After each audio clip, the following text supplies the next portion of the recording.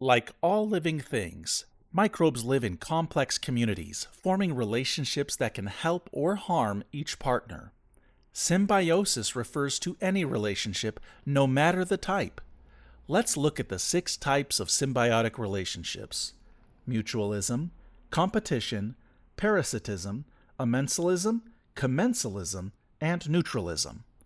Once we understand each symbiosis, it's pretty interesting to look at examples from microbiology, so let's do that too. Mutualism is win-win. As an example, let's consider the organism affectionately known as B theta. Sometimes people pronounce it Bacteroides thetiotau, but some people call it Bacteroides theta iota omicron. Despite all the diversity in pronunciation, we all have it in our guts. In your gut, B theta breaks down complex plant polysaccharides that you can't digest yourself into absorbable sugars. In return, it gets a stable home and nutrients. This is mutualism. B theta is our friend.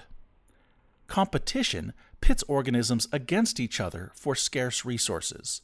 We can consider it a lose-lose situation. As an example, in the Hawaiian bobtail squid's light organ, Vibrio fischeri secretes high-affinity siderophores to snatch iron before rival bacteria can. Since they're both taking the same resource, iron, this is competition. Parasitism is win-lose.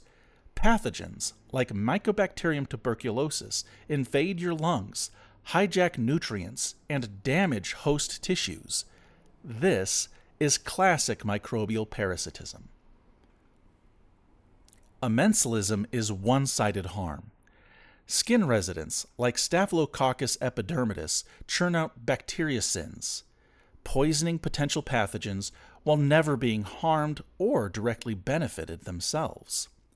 The opposite of amensalism is commensalism.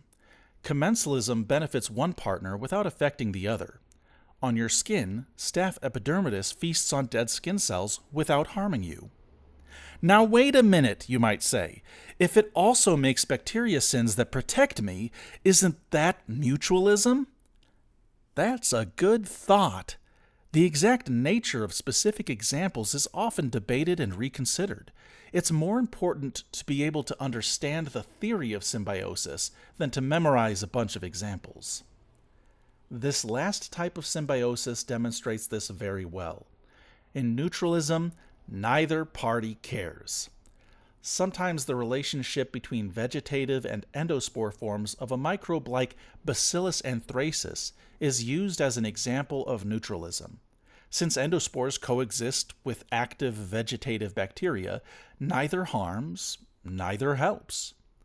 But to me, this example feels like cheating, since they're the same species. The reality is that true examples of neutralism are hard to prove.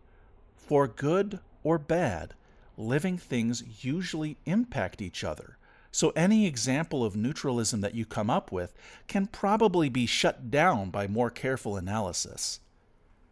Microbial symbioses reveal how bacteria interact, whether in your gut, on plant roots, or in soil. Mastering this concept gives you a framework that can be applied to the rest of microbiology and beyond.